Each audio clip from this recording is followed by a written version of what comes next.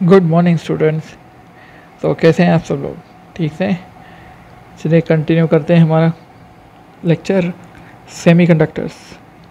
Semiconductors में अगर आपको याद होगा कि लास्ट टाइम हमने सीबी कनेक्शन और सीई कनेक्शन इसके ऊपर बात की थी, ठीक है। इसमें से कुछ पॉइंट्स ऐसे थे जो आपको याद रखने हैं, ठीक है। देखो ज़रा कि अगर हमारे पास एक पीएनपी ट्रांजिस्टर होता है, ठीक है, ये एक पीएनपी ट्रांजिस्टर है, आपको ये दिख रहा है पीएनपी, एमिटर बेस और कलेक्टर। ये इसका जो है ये पी टाइप है, समझ लो। यहाँ पे ले लेंगे इसको, ये पी टाइप होगा, ये एन टाइप होगा और ये ऑब्वियसली पी टाइप होगा। इसकी कनेक्शन देख रहे हैं आप, ये पी टाइप है इसलिए ये नेगेटिव जुड़ा है, तो मतलब ये रिवर्स बायस है, ठीक है।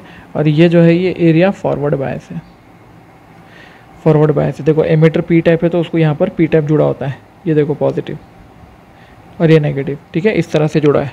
यहाँ पे हमने उसको इनपुट बता दिया है, ये एक्चुअली जो है ये इनपुट हमने उसको बताया है, ये कॉन्फ़िगरेशन उसका कैरेक्टरिस्टिक निकालने के लिए है, ठीक है। ये इनपुट जो होता है यहाँ पे हम इनपुट कोई भी दे सकते हैं, मतलब ये तो बैटरी तो हमारे ट्रांजिस्टर को चलाती है। ये इनपुट जो है तो कोई एक माइक्रोफोन हो सकता है, ठीक है, एक माइक्रोफोन हो सकता है या फिर जो भी है, बहुत सारी चीज़ें इसमें लगा सकते हैं हम। एसी वोल्टेज देने वाली चीज़ें भी इसमें लगा सकते हैं। एम्पलीफायर जैसा इसका वर्क हमको अभी पढ़ना है, ठीक है।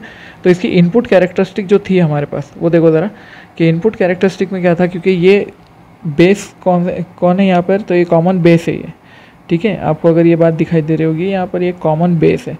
अगर बेस कॉमन है तो ये जो एमिटर करंट होता है इसको आप इनपुट करंट बोलते हो, क्या बोलते हैं, इसको इनपुट बोलते हैं, ओके। और ये जो कलेक्टर ये तो ऑलवेज आउटपुट करंट होता है। तो ये दोनों का हम क्या करते हैं, यहाँ पर ये वोल्टेज कौन है, VE, यहाँ पर इसको हम बोलते हैं VBE एक्चुअली। इसको बढ़ाते हैं आप, इसको बढ़ाने के साथ साथ जो है VBE के साथ आप IE का मिली एम्पियर में वैल्यू चेक करते हो। यहाँ पे मैंने बताया था कि माइक्रो एम्पियर में भी होता है, ठीक है, यहाँ पे माइक्रो में भी आप ले सकते हो वैल्यूज़।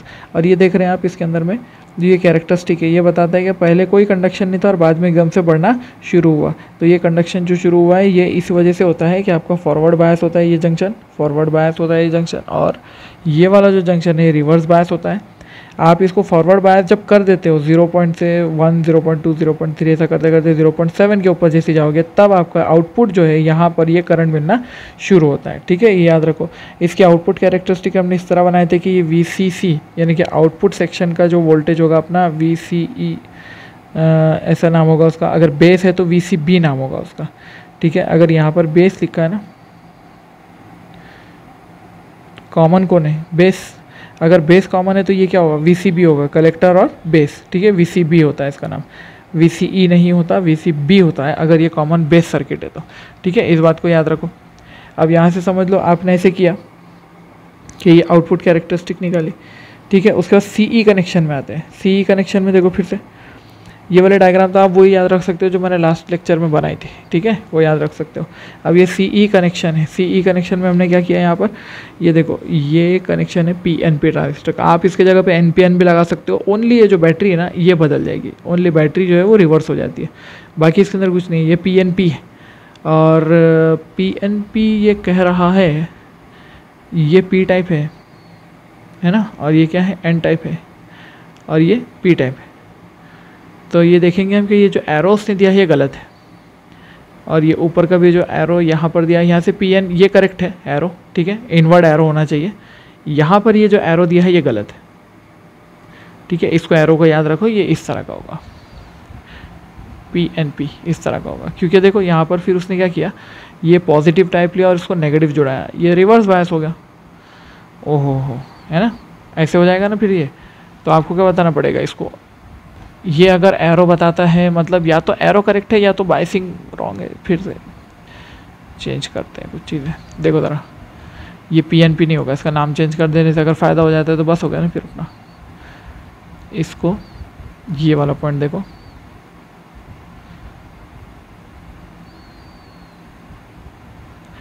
अगर इसको नेगेटिव जोड़ा है मतलब ये N होगा, ये P होगा और ये N होगा। तो ये जो ट्रांजिस्टर का नाम है ये NPN ट्रांजिस्टर है, ठीक है। अब मान लो यहाँ जो उसने लिखा PNP ये गलत है, बस ठीक। तो बुक वाले से कभी कभी गलती हो जाती है, ये नीचे बना रहा है वो ये नेगेटिव बनाता है, ये पॉजिटिव बना रहा है, तो समझो ये नेगेटिव है तो नेगेटिव n को जोड़ना चाहिए और पॉजिटिव p को जोड़ना चाहिए, तो ये फॉरवर्ड बायस होता है ना, ऐसे हो जाता है, ये फॉरवर्ड बायस होगा और ये रिवर्स बायस होता है। ये आपका जो है तो n टाइप है, इसको नेगेटिव जोड़ दिया उसने, ये गलत है ना, ऐसे नहीं जोड़ सकते ना इसको, फिर क्या करना पड़ेगा, इसको पॉजिटिव जोड़ना पड़ेगा और इसको नेगेटिव जोड़ना पड़ेगा, ठीक है, ऐसे हो जाएगा। तो इस तरह से आपका सर्किट जो है तो थोड़ा सा मॉडिफाई हो जाता है। और P से N करंट की डायरेक्शन बिल्कुल सही है, देखो करंट की डायरेक्शन बिल्कुल सही है, ऐसे जा रहा है, P से N की तरफ करंट जा रहा है, ये NPN ट्रांजिस्टर है, NPN ट्रांजिस्टर, ये बैटरी की वैल्यू आपको बदलनी पड़ेगी। और ये आप देखेंगे कि CE कॉन्फ़िगरेशन में जो इनपुट कैरेक्टरिस्टिक है वो भी यही है। अब देखो यहाँ पे बेस सॉरी यहाँ पे कौन है, एमीटर जो है, ओहो हो, अच्छा अच्छा अच्छा, इसने क्या किया, इसने सिंबल ही चेंज किया। ये आप सिंबल देख रहे हैं, ये कौन सा सिंबल है, ये बेस का सिंबल है, हम इसको हमेशा बेस लेते हैं। आप समझ में आई मेरी बात, उसने जो एरोज लिया है वो एरो क्यों ऐसा था, देखो ज़रा, ये इसको बेस बोलते हैं हम लोग हमेशा, है ना, इसको हम बेस बोलते हैं, और ये क्या होता है, इसको हम एमीटर बोलते हैं, और इसको क्या बोलते हैं, कलेक्टर बोलते हैं, समझे बात को। अब उसने क्या किया, यहाँ पर ये जो आपको डायग्राम दिख रही है, इस डायग्राम में उसने, हम कैसी डायग्राम बनाते हैं, ये डायग्राम हम बनाते हैं ऐसी वाली, इधर से आएंगे अपन और यहाँ पे बेस बना देते हैं ऐसे, और ये एमीटर हो जाता है, कलेक्टर हो जाता है, this is collector, this is emitter, emitter के अंदर में करंट ऐसे जाता है ना यहाँ पर, और ये बेस हो जाता है। तो एक्चुअल में उसने ये जो है ना, ये इसने बेस बनाया, दिस इज़ बेस, ठीक है, दिस इज़ बेस, और बेस को उसने एक्चुअली यहाँ पे लगाना चाहिए था, ये पूरा सिंबल ही उसने बदल दिया, ठीक है।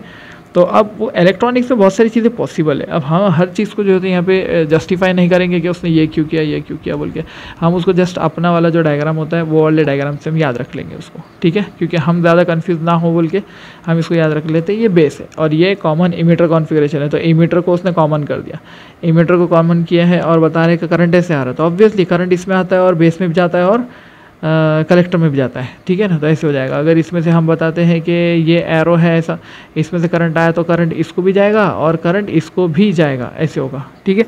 तो ये यहाँ तक की बात सही है, बस डायग्राम में थोड़ी सी करेक्शन कर लो, मुझे कैरेक्टरिस्टिक के मैंने आपको ग्राफ समझाने हैं बस, ऐसे इस तरह के ग्राफ होते हैं ये दोनों भी, इनपुट कैरेक्टरिस्टिक, ठीक है, इनपुट कैरेक्टरिस्टिक का और ये आउटपुट कैरेक्टरिस्टिक का ग्राफ, दोनों ग्राफ जो है तो बिल्कुल लगभग एक जैसे होते हैं। ये वाला ग्राफ और नीचे वाला ग्राफ आप देखेंगे तो CB कॉन्फ़िगरेशन और CE कॉन्फ़िगरेशन, यानी कॉमन एमिटर कॉन्फ़िगरेशन और कॉमन बेस कॉन्फ़िगरेशन, ये दो टाइप की हमारी अभी तक के कॉन्फ़िगरेशंस होती है, जो आपको ये बात को समझना है, ठीक है। अब चलिए इसके आगे पढ़ते हैं। तो यहाँ पर एक रेशो याद रखने जैसा है, दैट इज़ इनपुट रेजिस्टेंस जो होता है जी, इनपुट रेजिस्टेंस जो होता है उसको क्या बोलते हैं कि रेजिस्टेंस का जनरल फार्मूला क्या होगा, V/I, है ना। तो अभी इसको बोलते हैं delta V upon delta I। अब ये जो I है ये डिपेंड करता है कौन सी कॉन्फ़िगरेशन में, ठीक है, ये कौन सी कॉन्फ़िगरेशन में डिपेंड करता है। मतलब अगर मैं इधर चलता हूँ यहाँ पर CB कॉन्फ़िगरेशन में, अगर CB कॉन्फ़िगरेशन में चलते हैं समझो, तो अपने को पता होना चाहिए कि ये जो आपको CB कॉन्फ़िगरेशन दिखाई दे रही है इसमें इनपुट करंट कौन है, IE, ठीक है, और ये जो है VBE बोला जाता है इसको। तो हम यहाँ पे रेजिस्टेंस इनपुट कैसे लिखेंगे, input resistance is equals to delta VBE, base emitter का, ये देखो ये बेस है और ये इमीटर है, बेस और इमीटर का, इसको वोल्टेज को बोलेंगे तो बेस इमीटर वोल्टेज अपॉन कौन सा करंट, इनपुट करंट, और इनपुट करंट की वैल्यू क्या है, IE, ठीक है। ये हो जाता है हमारा रेजिस्टेंस, इनपुट का रेजिस्टेंस। अब आउटपुट का रेजिस्टेंस क्या होगा यहाँ पर, तो output resistance is equals to delta VCE, क्योंकि ये VCB होगा, सर ये VCB होगा, क्यों होगा VCB याद है, बिकॉज ये बेस कॉमन है, VCB होगा। ये output voltage upon output current कितना है, IC, ठीक है, डेल्टा IC। तो ये हो गया आपका रेजिस्टेंस। तो ये CB कॉन्फ़िगरेशन हुआ। अब CE कॉन्फ़िगरेशन में आ जाओ समझो, तो CE कॉन्फ़िगरेशन के अंदर आप अगर रेजिस्टेंस लिखते हो, input resistance is equals to input voltage का नाम आ जाएगा VBE, इसका चेंज डिवाइडेड बाय IB का चेंज, समझे, ऐसे आ जाएगा, ये आ जाएगा इनपुट रेजिस्टेंस। और इधर आउटपुट रेजिस्टेंस कैसे निकालेंगे फिर, output resistance R O is equals to change in output voltage upon change in output current. Output current कौन है, आईसी, तो यहाँ पे क्या हो जाएगा, change in output current IC हो जाएगा। तो ये फॉर्मूले आपको याद करने हैं, बिकॉज हम इसके ऊपर न्यूमेरिकल देखने वाले हैं। अरे समझ रहे हो क्या बात, ठीक है, इसके ऊपर ही न्यूमेरिकल आने वाले, इसलिए फॉर्मूले याद होना चाहिए। ये फॉर्मूले के अंदर मैं बता रहा है आपको कि इनपुट में अगर करंट को नापना हो, करंट को मेजर करना हो, तो आपको देखना पड़ेगा कौन कॉमन है। जो कॉमन होगा उसको छोड़कर दूसरा वाला होता है इनपुट करंट, ये वाला इनपुट करंट। कैसे, अगर यहाँ पर बेस कॉमन है तो यहाँ पर होगा आई ई, यहाँ पे करंट आएगा। वैसे ये सी ई कॉन्फ़िगरेशन का, ठीक है, डायग्राम का प्रॉब्लम है अपना, यहाँ देखते हैं, देखो ज़रा, ये आई बी है, आई ई है, ठीक है ना। इस तरह से आपको सर्किट बनता है। इस सर्किट के अंदर ये पूरे डायग्राम का करेक्शन है, मालूम है आपको, ये पूरे डायग्राम का करेक्शन है, क्योंकि उसके आगे भी उसने कनेक्शन किया है। देखो पीएनपी ट्रांजिस्टर एम्पलीफायर, ये सी ई कॉन्फ़िगरेशन भी लिया होगा, उसका सी बी भी लिया होगा। ये देखो एमीटर बेस, ये सी बी कॉन्फ़िगरेशन है, ये सी बी कॉन्फ़िगरेशन है, ओके। और ये देखो सी ई कॉन्फ़िगरेशन, तो एक्चुअल में ऐसी होती है। उसके एक डायग्राम ड्रॉ करने की वजह से हमारा कॉन्सेप्ट नहीं घूमना चाहिए, वो कॉन्सेप्ट तो याद होना चाहिए, ठीक है। तो देखिए स्टूडेंट, यहाँ पर कॉमन एमिटर एम्पलीफायर हम देख रहे हैं, समझो। अगर मैं इसको कॉमन एमिटर एम्पलीफायर बोलता हूँ तो इसमें क्या फ़र्क है, देखो ये है आपका एमिटर, एमिटर से ये कनेक्शन हमारा गया है, ये कॉमन कर दिया मैंने इसको, ठीक। बेस, और ये बेस का और ये एमिटर का एरो देख कर ये पहचान सकते हो कौन सा है ये, है जी, बोलो। यहाँ लिखते हैं इसका नाम, आपको क्या दिख रहा है, एन पी एन बोलो इसको, ये एन होगा, ये पी होगा और ये एन होगा फिर से, है ना, एन पी एन ट्रांजिस्टर, ऐसे हो सकता है ना। तो बेस टू एमिटर देख रहे हैं आप, तो आपके फॉरवर्ड करंट की डायरेक्शन आ जाती है, तो ये हो गया एन पी एन ट्रांजिस्टर, इसको मान लेते हैं ये एन पी एन है आपका। और सी ई एम्पलीफायर हम इसको कैसे बना रहे हैं, देखो ये मैंने इसका जो बेस था, इसका बेस पी टाइप है, देखो, तो मैंने उसको पॉजिटिव जोड़ दिया, देखो ज़रा, ये मैंने उसके बेस को पॉजिटिव जोड़ दिया, ओके, करेक्ट है, हाँ। उसके बाद आप देखेंगे कि उसका एमिटर तो नेगेटिव जुड़ा हुआ है, दैट्स गुड। यहाँ पे आ जाओ, यहाँ पे देखो उसका कलेक्टर जो है वो एन टाइप है, तो मैंने उसके कलेक्टर को जोड़ा है यहाँ पर, ये वाला V C C, this is V C C. इसको क्या बोल सकते हैं अपन, देखो ये एन है, तो यहाँ पे क्या है, ये पॉजिटिव जुड़ा हुआ है, अरे हाँ ठीक है, ये पॉजिटिव जुड़ा हुआ है यहाँ पर ऐसे, और ये वाला नेगेटिव जुड़ा हुआ है, ओके दैट फाइन। अब यहाँ पर देखो कुछ और कनेक्शन के अंदर में कुछ और चेंजेस है, और वो ये है कि हमने क्या किया, हमारा सर्किट इतना ही होता था बेसिकली, जो हमारा सर्किट होता था ना वो इतना ही होता था, वी बी ई लगा दिया, वी सी ई लगा दिया, मतलब ऐसे हो गया। अब इसने क्या कर दिया कि वी सी सी जो है उसको वी सी ई बोल दिया उसने। यहाँ करेक्शन करेंगे अपन थोड़ी सी, ये डायग्राम के अंदर ये जो है ना, ये वी सी सी है आपका, वी सी सी ये वोल्टेज है आपका, ठीक है। अब अगर समझ लो, मैं ऐसे कहूँ कि हमारा डायग्राम तो इतना ही होता था, लिटरली बस इतना ही होता था। यहाँ पे डायग्राम अगर बढ़ चुका है तो क्या लगाए हैं, इनपुट वोल्टेज, इनपुट वोल्टेज के पास ये लगा है कैपेसिटर, और ये आउटपुट में भी लगा है कैपेसिटर, ठीक है। और ये कैपेसिटर लगाकर हमने लगाया इनपुट, और ये लगा दिया आउटपुट। व्हाट इज़ इनपुट, यहाँ इनपुट बोले तो क्या हो सकता है, यहाँ पर वी इन बोले तो ये होता है alternating current input, AC input signal. और ये सिग्नल कहाँ से मिल सकता है, ये सिग्नल मिल सकता है फॉर एग्जांपल माइक्रोफोन से, ठीक है, माइक्रोफोन हो सकता है ये जुड़ा हुआ, या फिर जो है तो ये कुछ और भी डिवाइसेस हो सकते हैं, थर्मोमीटर हो सकता है, ये थर्मोकपल हो सकता है, कोई भी डिवाइस हो सकता है जिसके अंदर में वेरिएशन हो रहा हो, जिसके सिग्नल में क्या हो रहा है, वेरिएशन हो रहा है। ये जो आपको एसी दिख रहा है ना, इसका सिंबल ये बताता है वेरिएशन, ये वेरिएबल सिंबल है, ये वेरिएबल सिग्नल है, याद रखो वेरिएबल सिग्नल हुआ। तो अब ये वेरिएबल सिग्नल क्या करेगा, एक साइकिल तो ऐसी बनाएगा, देखो एक पॉजिटिव एक नेगेटिव, एक पॉजिटिव साइकिल बनाएगा, एक नेगेटिव साइकिल बनाएगा। तो एसी के अंदर में इस तरह से आपको पॉजिटिव और नेगेटिव इनपुट्स मिला करते हैं। अब अपन सोच रहे हैं कि ये लगा दिया हमने, तो हमारा आउटपुट जो होगा वो भी एसी टाइप का होगा, ठीक है, ये होगा आउटपुट एसी टाइप का। तो देखो यहाँ पर क्या होता है, अब यहाँ पे ये जो कॉन्फ़िगरेशन आप देख रहे हैं, ये कॉन्फ़िगरेशन जो है अपनी ये सीई कॉन्फ़िगरेशन है, ओके। अब सीई कॉन्फ़िगरेशन के अंदर होता ये है कि इसके एक इनपुट साइकिल को हमने याद रखा कि इनपुट यहाँ पर आता है और ये आउटपुट आपको मिलता है, और दोनों भी एसी। अब यहाँ पर इसको धीरे धीरे पढ़ते हैं। इनपुट साइकिल यहाँ पर क्या करेंगे, एक लूप बना लेंगे, समझ लो ये लूप है आपका, ठीक है, करंट की डायरेक्शन में ये लूप इनपुट का लूप है। तो इनपुट लूप आपका 1 हो जाएगा और ये आउटपुट लूप हो जाएगा। तो इनपुट लूप पर केवीएल लगाते हैं। हमको अगर स्टडी करनी है उसकी तो केवीएल से स्टडी कर सकते हैं। केवीएल टू इनपुट लूप, अगर इनपुट लूप पे मैं केवीएल लगाता हूँ तो देखो मेरी इक्वेशन कैसी बनती है। यहाँ पर मेरी इक्वेशन बनेगी वी बी बी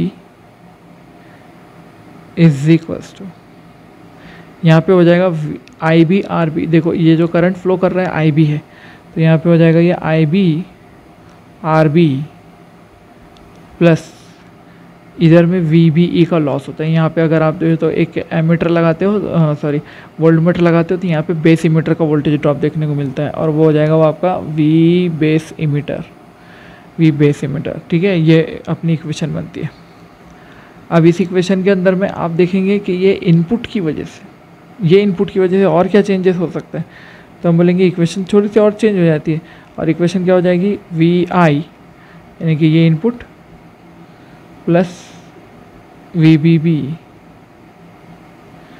इससे आप चेंज कर सकते हो ना, वी बी बी की वैल्यू तो कांस्टेंट है, वैसे आप चेंज भी कर सकते हो उसके अंदर में। ये इक्वेशन बनी इसकी, इज इक्वल्स टू, यहाँ पे लिखेंगे इसको आई बी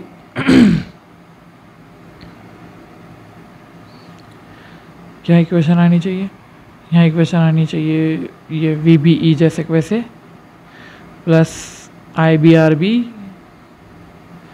ठीक है, और प्लस आएगा डेल्टा आई बी, यानी कि इसके अंदर का चेंज लेना चाहिए हमने। इसमें का जो चेंज होता है डेल्टा आई बी, ये आपका करंट चेंज हो रहा है, और current into total resistance. Total resistance कितना हो जाएगा, टोटल रेजिस्टेंस होगा बेस का रेजिस्टेंस प्लस इनपुट रेजिस्टेंस। ये इनपुट रेजिस्टेंस, ये जो सोर्स है अपना, इसका जो इनपुट रेजिस्टेंस आएगा ये वाला, ठीक है, ऐसे। अब देखो इस इक्वेशन में आपके लिए मैं इसको थोड़ी सी सिंप्लीफाई करने वाला हूँ। इस इक्वेशन क्या बताता है कि वी बी बी वाली ये इक्वेशन अपनी पुरानी वाली इक्वेशन है, देखो ये वाली इक्वेशन, ठीक है, ये पहली इक्वेशन हमने सबसे पहले ये बनाई है इक्वेशन ऐसे, और ये इनपुट लगाने के बाद ये इनपुट सिग्नल की वजह से ये वेरी होता है, ठीक है, delta I B R B plus R I वाला पार्ट, ठीक है ना, ऐसे वेरी होता है। तो अगर ये वाला पार्ट वेरी होता है तो बुक्स वाले डायरेक्टली उसको क्या बोल देते हैं मालूम है, बुक्स वाले बोल देते हैं कि ये जो वी आई होगा ये वाला होना चाहिए आपका वी आई से डेल्टा आई बी आप चेंज कर रहे हो, delta I B current change कर रहे हो, R B resistance of base plus R I the resistance small वाला, सॉरी आर आई स्मॉल वाला आर आई लिख सकते हैं इसको, या फिर इसको लिख सकते हैं delta I B into input resistance, delta I B into input resistance, क्योंकि आर बी की वैल्यू स्मॉल होती है, एज आर बी जो है इज़ वेरी स्मॉल, ऐसे लिख सकते हैं। तो अक्सर तो ये इक्वेशन बताई जाती है। मैं आपके लिए थोड़ी इक्वेशन को और आसान करता हूँ। देखो ज़रा, हम क्या करेंगे, इस इक्वेशन को इस तरह पढ़ेंगे, एज वी आई इनपुट, अगर समझ लो अपन लिख रहे हैं input equation, V I is equals to V B E base emitter का वोल्टेज ड्रॉप, ठीक है, यहाँ का देख लो ये वाला, अगर मैं यहाँ पर एक वोल्ट मीटर लगाता हूँ तो मेरे को वी बी ई मिलता है, बेस इमीटर का वोल्टेज ड्रॉप मिलता है मुझे, ठीक है। तो मैंने लिखना है यहाँ पर उसको V I input is equals to कितना हो गया, V B E plus I B R B ठीक है, ऐसा याद रख लो इसको। अब अगर मैंने इसका डेरिवेटिव ले लिया तो चेंज इन वी आई कितना होगा ज़रा देखो, डेरिवेटिव ले लिया तो ये आ जाएगा change in V B E का change plus delta I B R B, delta I B R B. अब यहाँ पे जो वी बी ई है तो अपन ऐसा बोलेंगे कि as V B E is very small, very small होता है ना वो, बहुत ही कम होता है, तो डेल्टा वी बी ई क्या होगा, delta V B E is neglected, ये तो निगलेक्ट करने के काबिल है ये तो, ठीक है, ऐसे हो जाएगा। तो अगर मैंने डेल्टा वी बी ई को अगर निगलेक्ट कर दिया तो मेरी फिर इक्वेशन क्या बन रही है देखो, चलो फिर इक्वेशन लिख के देता हूँ। तो इनपुट की इक्वेशन बन रही है change in input is equals to change in base current into base resistance, ठीक है। इस इक्वेशन को याद रखो, ये वाली इक्वेशन अपनी हो जाएगी, कलर चेंज बेटा, हाँ ऐसे हो जाएगा। ये हो गया आपकी डेल्टा वी आई, ये वाली इक्वेशन हो चुकी है। अच्छा, अब आउटपुट इक्वेशन को देखो, अगर मैं आउटपुट इक्वेशन को लिखता हूँ तो यहाँ पर अपन लिखेंगे आउटपुट इक्वेशन,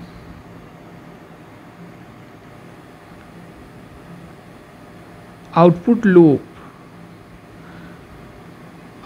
लूप जो है इसकी इक्वेशन को कैसे लिखा जाएगा, V output is equals to, देखो ज़रा, ये है आउटपुट लूप अपना, ये इसमें करंट की डायरेक्शन क्या है, ऐसी है, अच्छा ठीक है, करंट की डायरेक्शन ऐसी है तो ऐसा मान लो, ये है आपका आउटपुट लूप। तो क्या हो जाएगा, ये कौन है, वी सी सी है ना, V C C minus I C into R C, ये देखो करंट इसमें से आई सी जा रहा है ना, ICRC क्या होता है, वोल्टेज ड्रॉप होता है, ये टोटल वोल्टेज है, समझो 30 वोल्ट है, ICRC बोले तो क्या हो जाएगा, करंट के हिसाब से अगर जा रहा है तो इसमें से समझो 10 वोल्ट का अगर ड्रॉप आया तो ये क्या लिख दोगे आप, ये 30 वोल्ट माइनस 10 वोल्ट बचा यहाँ पे कितना, तो 20 टोटल आ जाएगा ऐसा। तो वोल्टेज ड्रॉप के फॉर्म में आप KVL लगा सकते हो ना, तो VCC minus ICRC is equals to ये आउटपुट। अब ये जो यहाँ का जो आउटपुट है, आउटपुट का नाम है VCE, वो आउटपुट ये यहाँ दिख रहा है आपको, ठीक है, ये VO जो है ना, इसी का नाम VCE है, ठीक है। एक और डायग्राम आपको मैं एकदम क्लियरली बताता हूँ, चलो अपनी इक्वेशंस के पास बना के दिखाता हूँ। देखो ज़रा, ये था अपना इनपुट, यहाँ पे ये था इनपुट लूप ऐसा, यहाँ पे अपन देखेंगे ये वाला हो जाएगा अपना आउटपुट लूप, ठीक है। आउटपुट लूप के अंदर VCC माइनस ICRC, ठीक है ना, ये करंट की डायरेक्शन है, ICRC करोगे तो फिर आपको मिलेगा VCE, और जो VCE है ये आउटपुट वोल्टेज है, तो आप इसको लिखोगे VCC minus IC into RC, ठीक है। अब इसका चेंज ले लो, तो delta VO change in VCC, तो चेंज इन आउटपुट, ये जो आउटपुट है इसके अंदर जो चेंज आपको मिलेगा वो क्या होने वाला है, डेल्टा VCC। अब डेल्टा VCC की वैल्यू 0 हो जाती है, क्यों, क्योंकि VCC तो कांस्टेंट है, VCC तो कांस्टेंट का डेरिवेटिव 0 हो गया, माइनस ICRC को डेल्टा लग जाएगा, ठीक है। तो ये आ गया आपका डेल्टा ICRC, मतलब आपका जो आउटपुट वोल्टेज है ना, वो आउटपुट वोल्टेज आपका माइनस ऑफ डेल्टा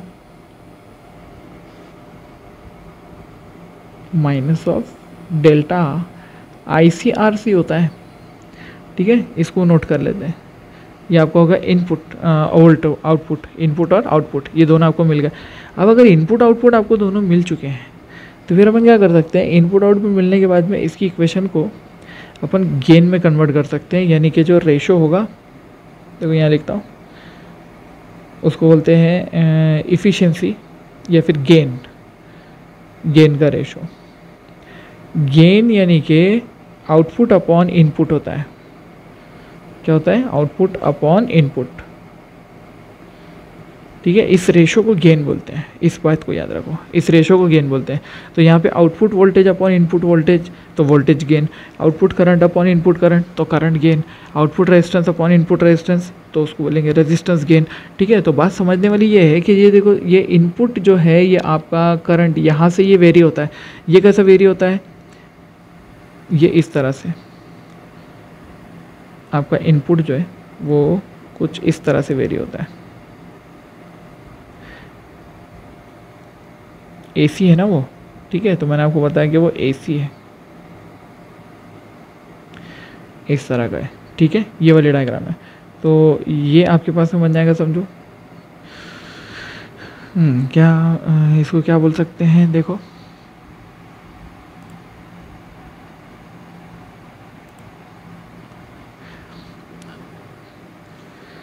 अगर आपको बताना है तो ये टाइम के साथ आप वोल्टेज बता सकते हो, ए भाई हटना, ये टाइम है, इसके साथ में आप करंट बता सकते हो या वोल्टेज बता सकते हो, ठीक है, करंट या वोल्टेज बता सकते हो। ये है आपकी पॉजिटिव हाफ साइकिल, ये है नेगेटिव हाफ साइकिल, अगेन ये पॉजिटिव हाफ साइकिल, और ये है आपका इनपुट, ठीक है। तो यहाँ पे अपन इसको नाम लिख देंगे, ये है इनपुट हमारा, इनपुट साइकिल, यहाँ से जो आपकी वी आई जनरेट हुई है। अब आउटपुट कैसे जनरेट होता है, तो देखो आउटपुट इसको बनाते हैं,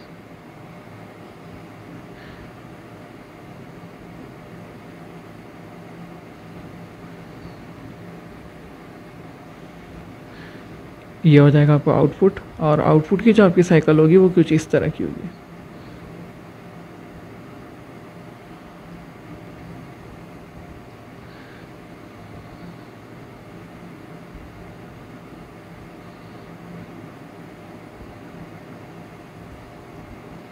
ठीक है, इस तरह की आपकी बनेगी आउटपुट साइकिल के। आपका जब इनपुट प्लस था, ठीक है, याद रखो, जब इनपुट की पॉजिटिव साइकिल थी तो आउटपुट की आपकी नेगेटिव साइकिल थी। जब इनपुट में नेगेटिव था तो आउटपुट में पॉजिटिव था। और इसको बनाने का एक और तरीका होता है, एक और तरीका ये होता है कि आपकी जो साइकिल है ये वाली, देखो ये डायग्राम को इस तरह भी बनाते हैं। क्या फ़र्क है दोनों में, इसमें ये फ़र्क है कि ये वाली जो आपकी डायग्राम है इसके अंदर में जो पॉजिटिव का नेगेटिव हो गई साइकिल, ये नेगेटिव की साइकिल पॉजिटिव हो चुकी है, ये वाली नेगेटिव हो चुकी है, लेकिन इसमें गेन भी मिला है। अगर आप देखेंगे तो इसका हाईएस्ट पॉइंट जो हाईएस्ट पीक जो मिला है आपको, ये आउटपुट, आपको जो आउटपुट होता है ये आपको ज़्यादा मिलता है इसमें, ठीक है, इसमें आउटपुट आपको ज़्यादा मिलता है, इसमें इनपुट का जो आपका एम्पलीट्यूड था कम है, तो आपका आउटपुट का एम्पलीट्यूड होता है ज़्यादा, ठीक है। तो इसको बोला जाता है एम्पलीफिकेशन। तो यहाँ पे अपन फिर इस डायग्राम के अंदर इसका नाम रखते हैं एम्पलीफिकेशन, यानी कि वोल्टेज आपको एम्पलीफाई होकर मिला है और प्लस क्या हुआ है, आउट ऑफ फेज है। तो अपन लिखते हैं इन सीई कॉन्फ़िगरेशन, याद रखो in CE configuration, in CE configuration output is 180 degree out of phase, 180 degree out of phase with input, ठीक है, 180 degree out of phase with input. लेकिन जो हमारा CB ट्रांजिस्टर होगा, देखो ये वाला CB ट्रांजिस्टर, इस CB ट्रांजिस्टर के अंदर में ये फ़र्क नहीं है। देखो CB ट्रांजिस्टर के अंदर क्या होता है, कॉमन बेस वाला है, कॉमन बेस वाला होता है, तो ये बेस कॉमन है, देखो उसका, ठीक है, ये बेस कॉमन किया आपने, ये वाली इसकी इक्वेशन होती है, इनकी इक्वेशन अलग बनती है। इसके अंदर भी IC जो है ये आउटपुट करंट है और IE जो है ये इनपुट करंट है, ठीक है। इनपुट करंट कौन सा आपका IE, आउटपुट कौन सा है IC। इसके अंदर क्या होता है, इनपुट और आउटपुट जो होते हैं आपके वो सेम फेज में होते हैं। एम्पलीफिकेशन तो मिलता है, एम्पलीफायर तो है वो, लेकिन क्या होता है आउटपुट और इनपुट कैसे सेम फेज में होते हैं। लेकिन आपका जो ये जो CE कॉन्फ़िगरेशन है ये वाला, ठीक है, इसको यहाँ लिखा अपन ने, ये देखो CE ट्रांजिस्टर। तो CE ट्रांजिस्टर में आप देखेंगे तो एमीटर को अपन ने किया है कॉमन, है ना, एमीटर कॉमन है अपना। अगर एमीटर कॉमन किया हुआ है, ये वाला बेस है अपना, ठीक है, ये आउटपुट मिल रहा है, ये इनपुट हो रहा है आपका। डायग्राम में मत जाओ, डायग्राम जो पहले बनाए थे हमने वो वाले डायग्राम एकदम करेक्ट है। इसमें सिर्फ आपको ये वाला बता रहा हूँ, देखो ये क्या होता है, इनपुट और आउटपुट के अंदर में 180 डिग्री आउट ऑफ फेज होते हैं, ठीक है। तो यहाँ से क्या करो, एक काम करते हैं इम्पोर्टेंट वाला।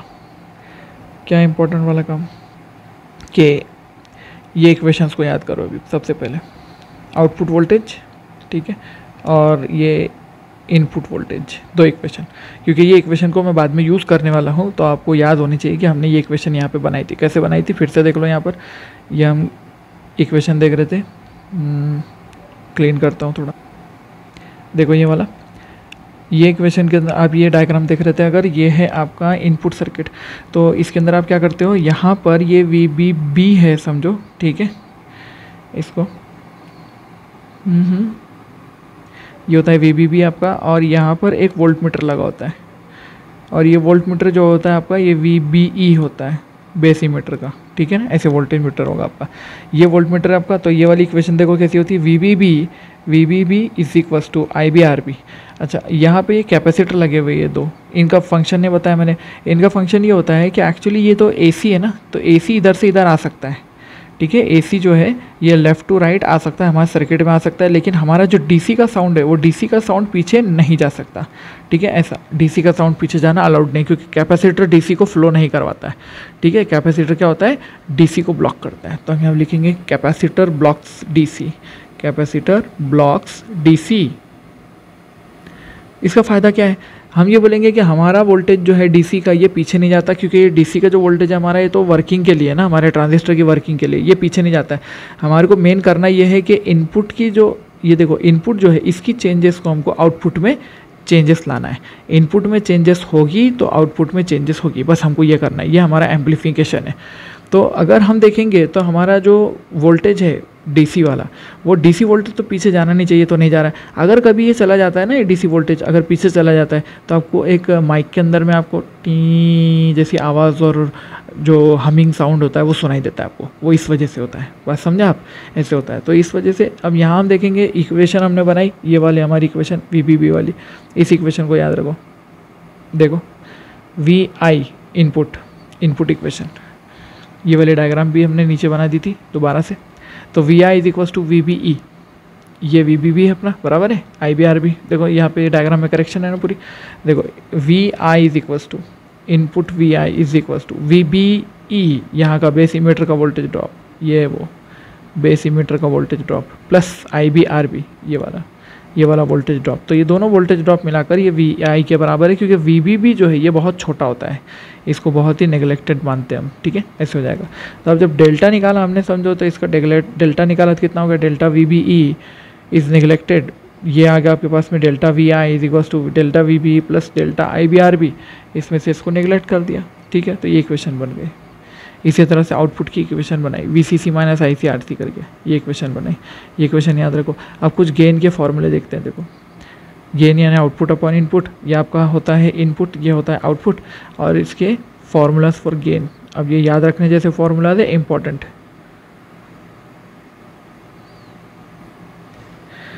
तो सबसे पहले मैं लिखूँगा यहाँ पर कि कॉमन बेस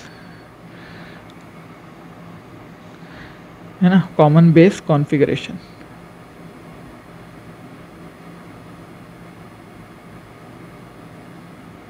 अगर कॉमन बेस कॉन्फ़िगरेशन है तो इसमें गेन कितने टाइप के होंगे। तो गेन का पहला वाला गेन होता है इसके अंदर में, फर्स्ट वाला गेन होगा आपका अल्फ़ा AC, इसको बोलते हैं कॉमन बेस का करंट गेन। अल्फ़ा AC इसको बोलते हैं करंट गेन, ठीक है, करंट गेन बोलते हैं। अब देखो इसकी इक्वेशन कैसी होती है। अल्फ़ा AC की इक्वेशन ऐसी लिखी जाती है, alpha AC is equals to change in IC upon change in, अब ये देखो कॉन्फ़िगरेशन कौन सा है, कॉमन बेस, तो यहाँ पे करंट कौन सा होगा, IE होगा। अरे समझ रहे बात को, IE होगा ना, इनपुट करंट। जब बेस कॉमन होता है तो IE is input when base is common, समझे, बेस इज कॉमन। अगर बेस कॉमन है आपका तो IE आपका इनपुट होता है। तो ये अल्फ़ा AC का फॉर्मूला हो, alpha AC equals to delta IC upon delta IE। इसको इक्वेशन को ऐसे लिख देंगे, alpha AC is equals to delta IC upon delta IE। कब, तब अपन बोलते हैं एट कांस्टेंट, VCE की वैल्यू कांस्टेंट थी, VCE को कांस्टेंट हमने रखा था उस टाइम पे था। तो ये फार्मूला एज इट इज़, आपको ये फार्मूला बस ये याद कर लेना है, ठीक है। इसके बाद में और फार्मूले को मॉडिफाई कर सकते हैं। तो ये आ जाता है अल्फ़ा DC, एक आता है अल्फ़ा DC। अल्फ़ा DC का मतलब होता है current output upon current input, बस ये हो जाता है। अच्छा, दोनों में फ़र्क क्या है, देखो ये डेल्टा है, ये चेंज इन IC बता रहा है, और ये क्या बता रहा है, ओनली IC बता रहा है। तो ये इसको बोलते हैं अल्फ़ा DC, ठीक है, अल्फ़ा DC बोलते हैं। तो ये फॉर्मूला, ओहो ऐसे हो जाएगा, देखो ये फॉर्मूला याद कर लो एक, और एक ये फॉर्मूला याद कर लो, ठीक, ये याद होना चाहिए। अब ये दोनों में फ़र्क क्या है देखो, अगर आप IC अपॉन IE लिखोगे, जैसे आप अल्फ़ा DC अगर लिख रहे हो तो इसके अंदर समझो होगा कि अगर IC की वैल्यू समझो 20 है ना, और IE की वैल्यू अगर 30 है तो आपने लिखा इसको 20 अपॉन 30 ऐसे लिखा। और हो सकता है कि IC की वैल्यू जो थी वो 10 से 20 हुई होगी, या ऐसा मान लेंगे अपन कि सॉरी ये 15 to 20 हुई होगी, ठीक है, IC की वैल्यू, और IE की जो वैल्यू है ये 20 से 30 हुई होगी।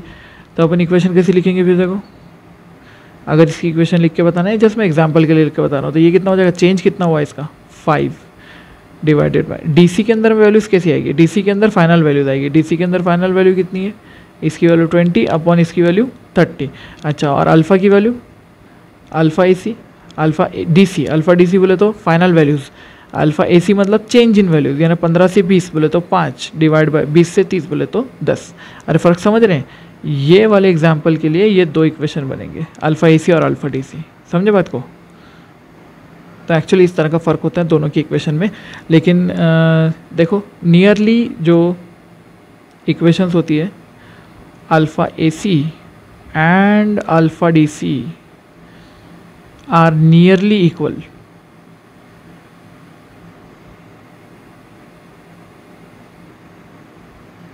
एग्जैक्ट नहीं होते हैं, नियरली होती है, और इनकी कुछ रेंजेस होती है, इसके रेंज याद रख लो। रेंज जो अल्फ़ा की जो रेंज होती है वो होती है कुछ 0.9 टू 0.98, ठीक है, इतनी होती है। ये एकदम इंपॉर्टेंट इक्वेशन है, ये इक्वेशन है, क्योंकि आप क्वेश्चन में इसको देखते के साथ ही पहचान सकते हो कि ये अल्फ़ा दिया है कि बीटा दिया है, ठीक है। तो इसको बोलते हैं CB कॉन्फ़िगरेशन, ठीक है, इसके फॉर्मूला नोट डाउन कर लो। अब दूसरा आता है देखो CE कॉन्फ़िग। CE कॉन्फ़िग के अंदर में आपको कौन कौन मिलेगा, आपको मिलेगा करंट गेन, वोल्टेज गेन तो मैं सबका एक साथ लिख दूंगा देखो। तो यहाँ पे करंट गेन कितना मिलेगा देखो, करंट गेन, और इस करंट गेन का नाम होता है, बहुत ही इंपॉर्टेंट फैक्टर है ये, बीटा, इसको बीटा बोलते हैं, ठीक है। तो बीटा फैक्टर कैसे लिखते हैं, चलो देखते हैं। तो इसमें हम कैसे लिखेंगे, बीटा, और पहले DC वाला ले लेता हूँ, तो ये हो जाएगा बीटा DC। अगर मैंने लिया तो output current upon input current, input current कौन होगा, IB होगा, क्योंकि कॉमन कौन है, एमिटर, इमिटर कॉमन है, तो बेस करंट क्या हुआ, ये इनपुट हुआ, इसको बोलते हैं आप आउटपुट करंट, और इसको बोलते हैं आप इनपुट करंट, समझे, ऐसे होता है। तो ये होगा आपका बीटा DC का फॉर्मूला, बीटा DC। अच्छा, उसके बाद बीटा AC निकालोगे तो beta AC is equals to delta IC upon delta IB, ठीक है, ये हो जाएगा। वो VC को कांस्टेंट रख देंगे, वही वाली इक्वेशन होगी अपनी। तो ये बन गया आपका formula for beta AC।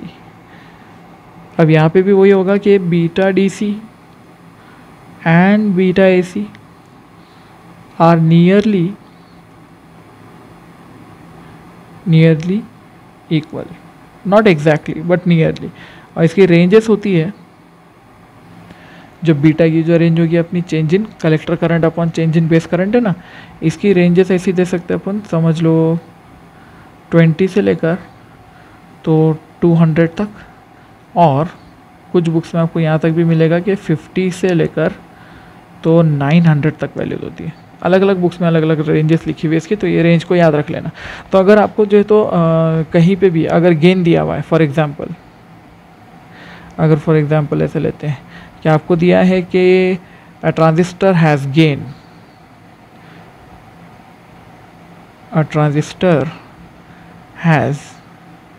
Gain, उसने दिया नहीं है कि कौन सी कॉन्फ़िगरेशन है, और उसने आपको दिया कि गेन इज़ 0.95, तो आप समझ जाओ कि ये अल्फ़ा की वैल्यू है, ठीक है, ये अल्फ़ा की वैल्यू, और अल्फ़ा की वैल्यू मतलब कॉन्फ़िगरेशन कौन सा है, कॉन्फ़िगरेशन बोलो CB कॉन्फ़िगरेशन, ठीक है, ये समझ जाना है, CB कॉन्फ़िगरेशन है। और अगर समझ लो देता है कि अ ट्रांजिस्टर हैज़ गेन ऑफ 250, समझो 250 देता है, तो आप समझ जाना है कि बीटा है, और बीटा है अगर तो कॉन्फ़िगरेशन कौन सी है, CE कॉन्फ़िगरेशन है, CE कॉन्फ़िगरेशन है। अरे समझे बात को, ऐसा है। अब इसे क्वेश्चन को देखकर आपको डिसाइड करना पड़ेगा कि कौन सा वाला गेन आपको दिया हुआ है। अब देखो अल्फ़ा और बीटा दोनों की रिलेशन है। क्या रिलेशन है? अपने को एक बेसिक इक्वेशन मालूम है, देखो IE बराबर होता है IB प्लस IC के, ठीक है ना, ऐसे होता है बराबर। तो इस इक्वेशन को लो और इस इक्वेशन को क्या करो, डिवाइड कर लो, डिवाइड दिस इक्वेशन, डिवाइड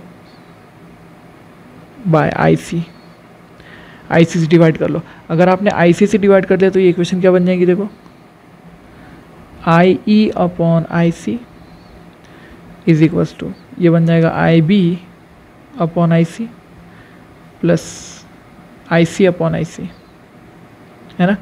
तो ये वाली इक्वेशन को अगर मैंने ये IE को यहाँ नीचे लेकर चला गया तो ये क्या हो जाएगा, 1 अपॉन IC अपॉन IE, है ना, इज इक्वल्स टू, ये क्या हो जाएगा 1 upon IB upon IC, sorry क्या लिखेंगे, IC है ये नीचे डिनोमिनेटर में, और ये ऊपर न्यूमरेटर को नीचे ला लिया मैंने, तो न्यूमरेटर को नीचे ला लिया तो ये हो जाएगा IB और प्लस ये तो 1 हो जाएगा, ठीक है, ऐसा हो जाएगा।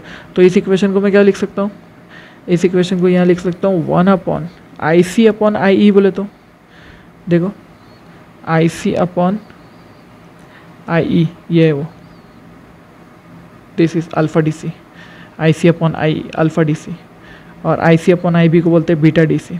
तो यहाँ पर इक्वेशन अपनी क्या आ जाएगी, देखो अपनी इक्वेशन आ जाएंगी IC अपॉन IB, ये वाला IC अपॉन IE, दोनों की इक्वेशन को लिखे तो 1 upon alpha is equals to 1 upon, इसको क्या बोलते हैं 1 अपॉन बीटा। एक शॉर्ट ट्रिक याद रख लो, ये बीटा है तो ये बेस करंट होता है नीचे इतना याद रख लिया तो आपको दूसरा याद हो जाएगा ऑटोमेटिक।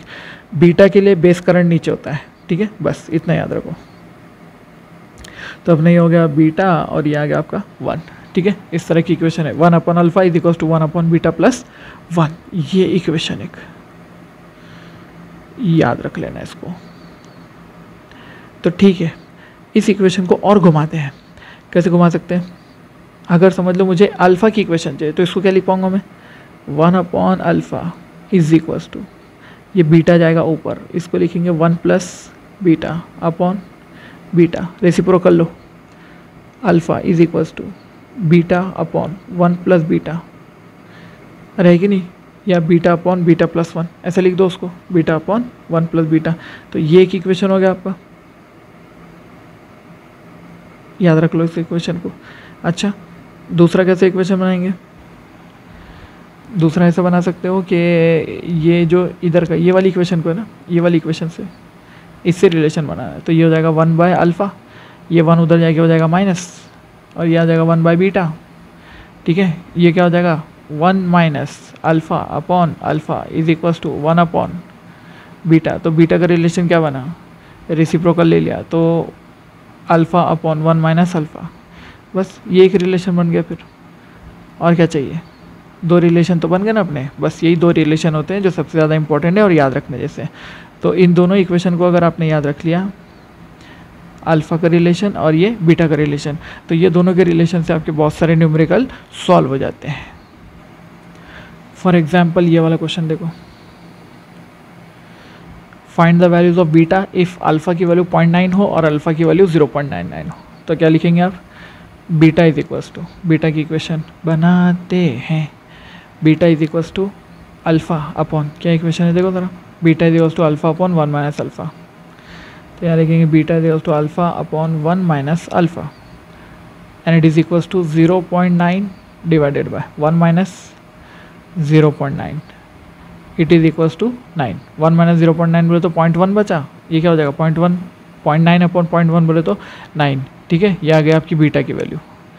और दूसरी वैल्यू बीटा की, beta is equals to alpha upon 1 minus alpha, it is equals to 0.99 upon, यहाँ पे क्या आ जाएगा 1 माइनस 0.99, फिर से सेम, लेकिन ये आपकी बार 90 10 टाइम्स बढ़ गया, 99 हो गया, ठीक है, तो 10 टाइम्स बढ़ जाता है, इसी की इक्वेशन बढ़ जाती है। ओके,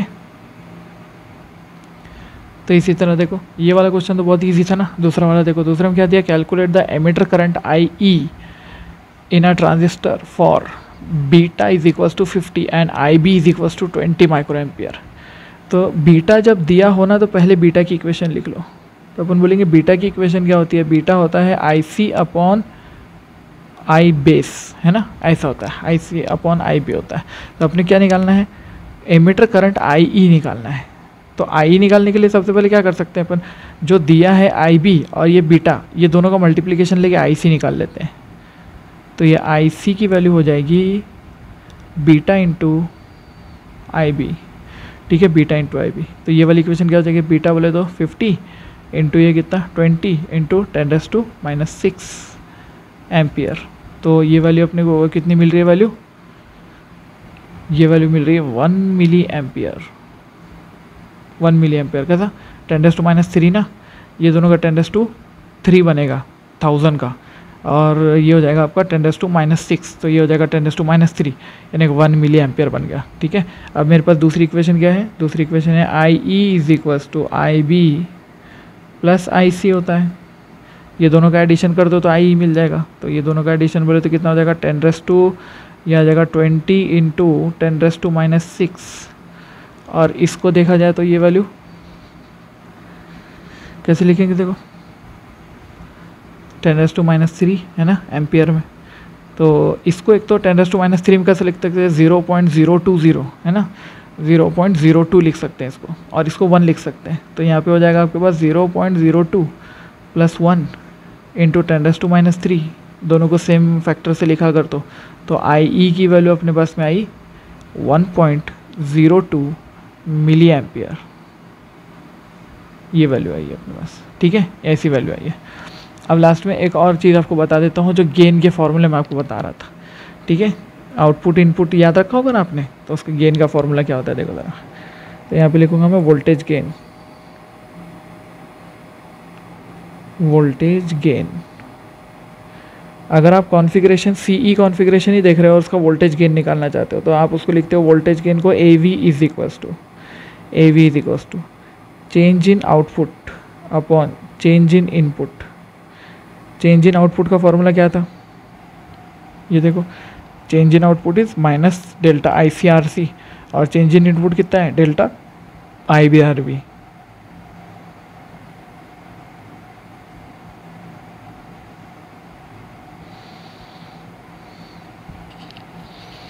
कितना कुछ नीचे आ चुके हैं, यहाँ लिख रहे हैं वोल्टेज गेन। तो कैसे लिखूँ इसको, minus of delta I C R C upon, इसको लिखेंगे delta I B R B. अगर मैं चाहूँ तो इसको क्या लिख सकता हूँ, आई सी अपॉन आई बी कौन है, delta I C upon delta I B. ओहो, आपको याद होगा ना, माइनस ये कौन है, बीटा ए सी है ये, अरे बेटा बीटा ए सी है वो, और ये R C upon R B बोले तो क्या मैं इसको रेजिस्टेंस गेन लिख सकता हूँ। तो मैं इसको लिखता हूँ output resistance upon input resistance, ठीक है, output resistance upon input. R C बोले तो कौन है, आउटपुट का रेजिस्टेंस, और ये कौन हो जाएगा, इनपुट का रेजिस्टेंस, और ये हो जाएगा आपका गेन। तो हम इसको लिख सकते हैं कि voltage gain is equals to minus beta A C into resistance gain. अब देखो यही तो खास बात है, ये जो माइनस साइन आया ना, negative shows change in phase. अरे समझे, जो चेंज इन फेज आया था क्या 180 डिग्री का, वो इस वजह से आया था, माइनस ऑफ बीटा ए सी की वजह से, बीटा ए सी की वजह से आपका चेंज इन फेज आया था, और ये सी ई कॉन्फ़िगरेशन है। तो इस बात को याद रखना है आपने, ये वाला फॉर्मूला आ जाएगा आपका, ठीक, इस फॉर्मूले को याद कर लो। और ये इसको बोलते हैं वोल्टेज गेन का फॉर्मूला। किसका फॉर्मूला, ये वोल्टेज गेन का फॉर्मूला है, ठीक है। यहाँ से मैं और एक पॉइंट लिख सकता हूँ, that is power gain. Power gain क्या होना चाहिए, तो मैं लिखता हूँ A P is equals to power gain is equals to, कैसे लिखेंगे पावर गेन को,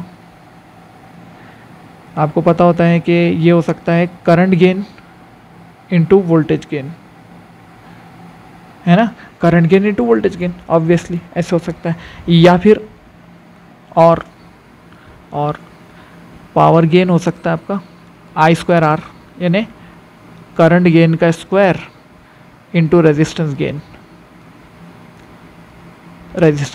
है ना, ऐसे हो सकता है। तो आपका पावर गेन हो जाएगा आई स्क्वायर आर के फॉर्मूले से, आई स्क्वायर आर बोले तो ये हो जाएगा बीटा ए सी का स्क्वायर इंटू रेजिस्टेंस गेन बोले तो output resistance upon input resistance.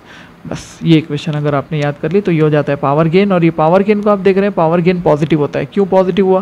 क्योंकि आप देखेंगे यहाँ पर ये जो है आपका delta I C upon I B, इसका स्क्वायर हो जाता है, इसका स्क्वायर हो गया तो माइनस माइनस गेट्स प्लस। तो ये वाली इक्वेशन भी आपको याद रखनी है, ठीक है। तो that's all for now students. ये वाला आप पॉइंट में नोट कर लीजिए एकदम ध्यान से। इसके ऊपर में न्यूमेरिकल लेते हैं नेक्स्ट लेक्चर के अंदर में, और एप्लीकेशन रहेगी ट्रांजिस्टर एज अ स्विच, और उसी पर फिर हम जो है तो ये पॉइंट को कंप्लीट करेंगे, ठीक है। Thank you very much.